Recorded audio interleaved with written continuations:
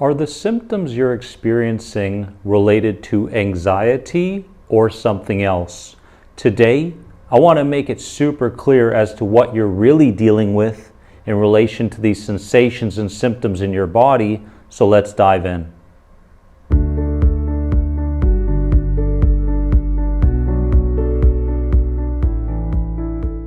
My peaceful warriors, welcome to another important video on my channel.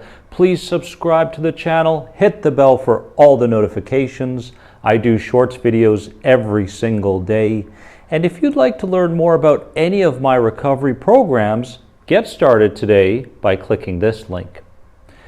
And we are diving into a topic that, is one of the things that fuels so much hypersensitivity. It keeps the nervous system stuck in fight or flight. It keeps the anxiety alive. And that is all related to, is this symptom connected to anxiety or the sensitized nervous system, or is it something else, right? I mean, how common is this, right? You can go on any social media platform or forum or whatever. I get these types of questions all the time with people not just seeking reassurance, but to get to a point where they can finally understand that it is the sensitivity, it is the constant living in high levels of stress and anxiety that is the cause of so many of these protective things that happen through the body, these symptoms. So I want to dive deep into 5 particular points that will help you to understand whether these are anxiety related or not. Let's get into the first one. The first one is that anxiety symptoms move and they shift, right? They move and they shift.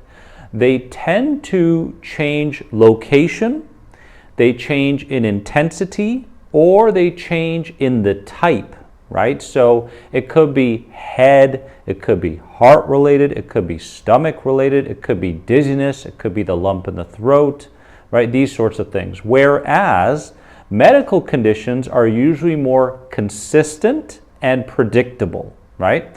So if you find that your symptoms are changing, right? They're changing in location and intensity, these are very much related to anxiety symptoms, okay? Number 2 is they spike with attention and fear, right? This is huge.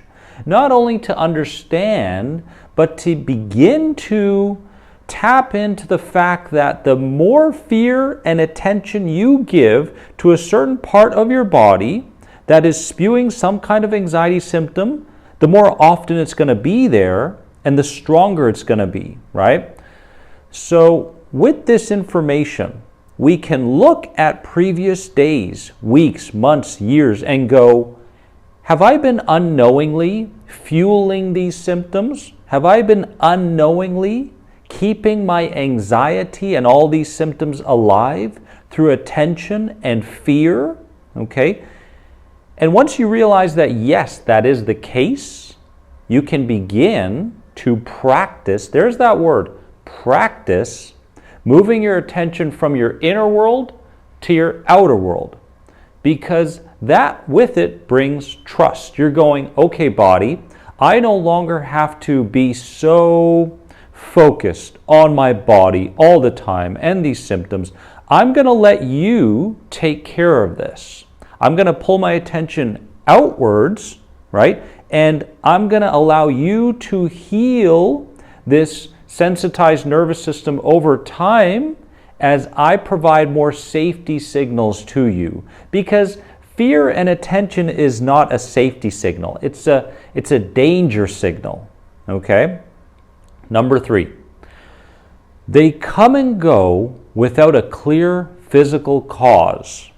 Okay, so anxiety symptoms can appear suddenly and disappear just as quickly, often without any logical trigger, right? So it's there, I'm focused on it, it's there, I'm feeding it with my attention, I'm feeding it with more fear, I'm feeding it by going online and looking for other people that may be dealing with this. I'm feeding it with more what-if thinking in my mind, okay? I'm feeding it with more high levels of fear-centered emotions, okay? But when I'm not doing all those things, then it's not really there, right? Okay, where did it go? So they come and go without a clear physical cause, okay? Number 4 is tests and reassurance come back normal, okay? Despite how real the symptoms feel, medical evaluations don't show underlying issues. And it was very important for me to get to a point where I went, okay, I have to stop doing the same tests again and again and again in different locations with different doctors and physicians. Okay, I have to stop this pattern because the more appointments I book, the more tests I do, the more I'm showing my brain that there is a problem or a potential danger in the future, which only fuels more anxiety, even burnout, because anxiety can burn you out, okay? And I just had to stop doing those things. There was a lot of these kinds of epiphanies that came to me that I thought I needed to do just in case, but in fact were actually feeding into my symptoms of anxiety. And what I would highly recommend is you getting a piece of paper and writing down all the things that you're doing, right, unconsciously and consciously doing, that keep the brain thinking that imminent danger is just going to be there, right? So what are we doing? What audiobook do I keep coming back to for reassurance? What person is my safety person, right? What tests do I keep doing again and again? What questions do I keep feeding myself in and around what-if thinking, right? Whatever it may be, and there are dozens. There are really dozens. When you really sit down, you're going to go, oh my God, even like me looking at my fingernails and going, okay, are they blue? Or are they the right color? And just that question, right, begins the process of brain to body, fear, adrenaline, cortisol, stress hormones, anxiety, eventually burnout, okay? Number 5, anxiety symptoms are accompanied by a sense of urgency or danger, right? There's often a mental narrative like something is wrong, this is serious, or I need to figure this out right now, right? Which fuels the physical sensation. So the symptom comes with a sense of urgency or danger. And what's interesting and likely the most important part to your healing is that when you can experience a sensation, a symptom, or even some kind of catastrophic idea that spontaneously popped up in your head, when you can be with that, emotionally neutral, doing nothing for it, not checking on it, not rushing for the answer, but when you can legitimately and genuinely spend time with the symptom without needing it to get better or the feeling to get better, that is the most powerful safety signal that you can send through your brain to your body. And I hope you're doing my surrender sessions on a daily basis, because these are very, very powerful in relation to your recovery.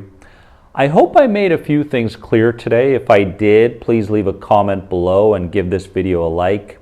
I love you all from the bottom of my heart. If you'd like to get started with any of my anxiety recovery programs, click here and I'll see you in the next video. I love you. Remember that you are more than anxiety. Bye-bye.